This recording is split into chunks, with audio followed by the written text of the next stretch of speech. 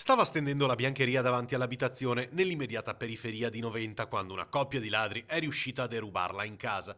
Lo spray soporifero ha confuso un'anziana di 80 anni, poi sequestrata e rapinata. È accaduto nel pomeriggio di venerdì in via Zattere, località Romanziol. Una misteriosa donna si è avvicinata all'anziana, oltretutto disabile, con una scusa banale. Ottenuta la sua attenzione, una volta vicina, le ha spruzzato lo spray direttamente in faccia.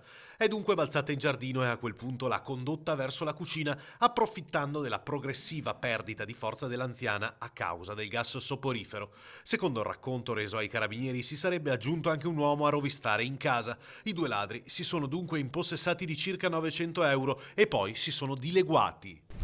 Distrae 18.000 euro, i soldi della cassa peotta che gli avevano consegnato gli amici del bar per darli ad un parente in difficoltà economiche e oberato dai debiti. Di fronte però all'impossibilità di riconsegnarli alla vigilia di Natale, l'uomo, un 55enne di Mira, ha inventato e denunciato una rapina ai carabinieri della locale tenenza. Ha spiegato di essere stato aggredito e ferito da due uomini non armati e non travisati e per rendere il tutto più credibile si è anche presentato al pronto soccorso di Dolo per ricevere le cure del caso. I militari dell'Arma si sono resi conto che nel racconto dell'uomo però qualcosa non quadrava. Il 55enne, messo alle strette, ha svuotato il sacco e ha confessato di essersi inventato tutto per nascondere la distrazione del denaro per fini familiari.